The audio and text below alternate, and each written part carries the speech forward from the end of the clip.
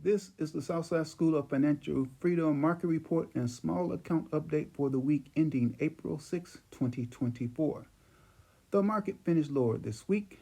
The Dow Jones Industrial Average increased 0.8% on Friday, but was down minus 2.27% for the week.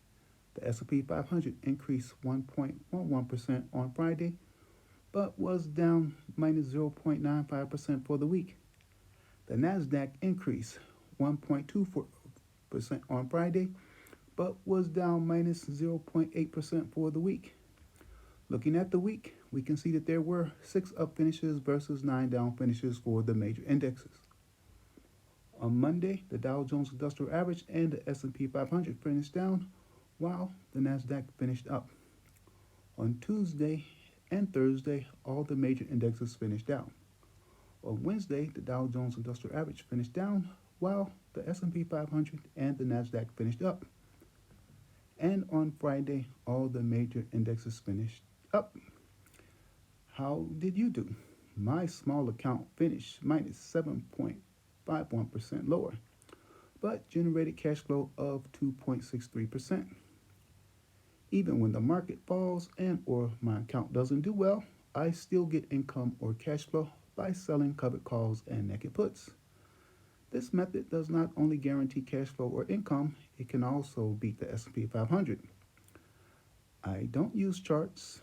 I don't use fundamental analysis. I don't use indicators or signals. And I definitely don't sit in front of a computer screen all day to watch the market.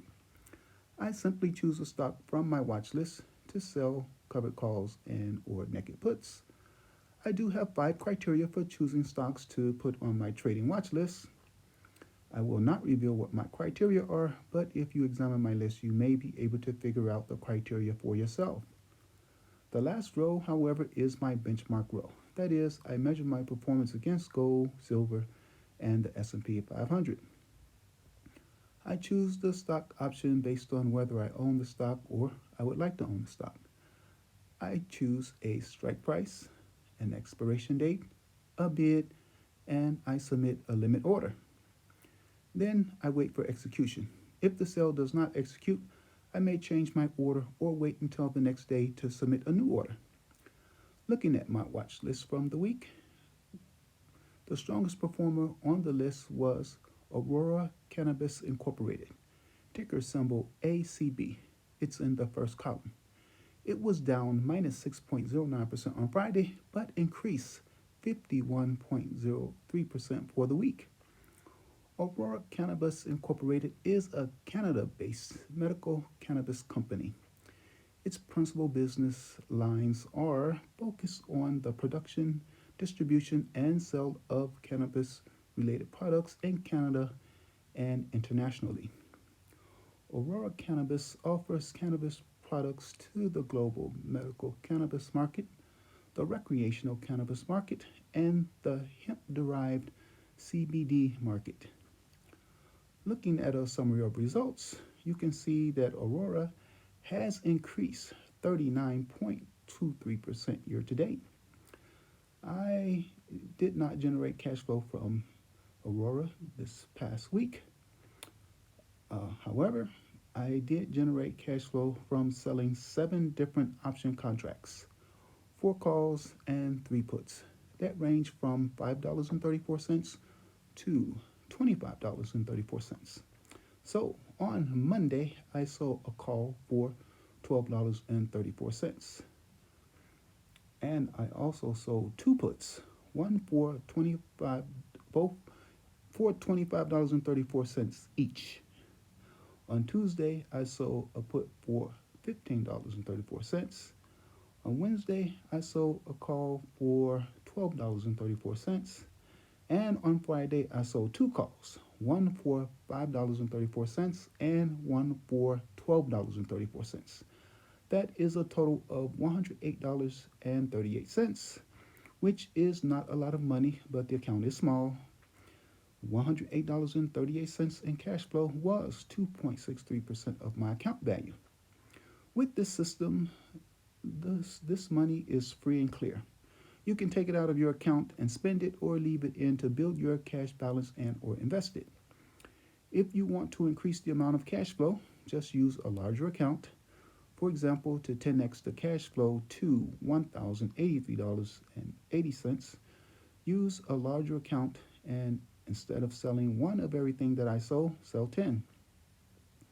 This strategy is guaranteed to produce cash flow immediately and every week that it is applied. However, it does not guarantee the amount of cash flow from week to week, nor the value of your account. The amount varies and the account value varies.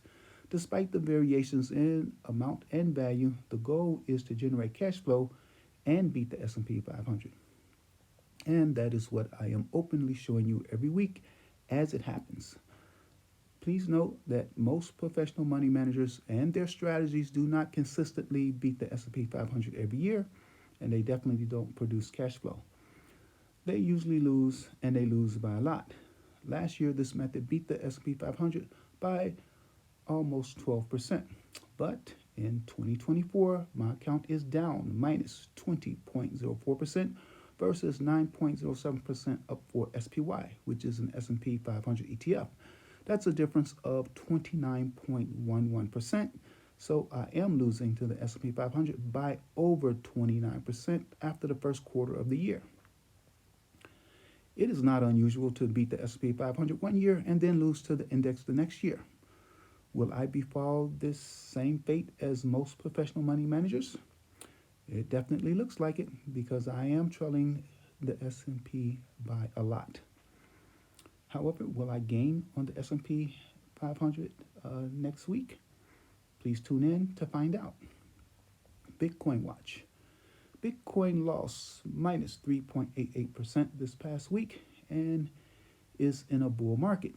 It is trading at all-time highs. It is up more than 62% year to date.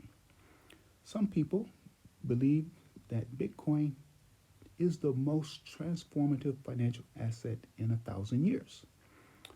I think the best course of action is to DCA into the S&P 500 and DCA into Bitcoin at a 30 to 70 ratio for the next 10 years. And or when you have at least invested $10,000. What do you think? What is your strategy? Do you know how to produce cash flow every week and beat the S&P 500? Do you invest in Bitcoin? Do you invest in the S&P 500? As you develop, analyze, and implement your strategy, please check back to see how my small account performs against the S&P 500 from week to week by liking, sharing, and subscribing. Thank you.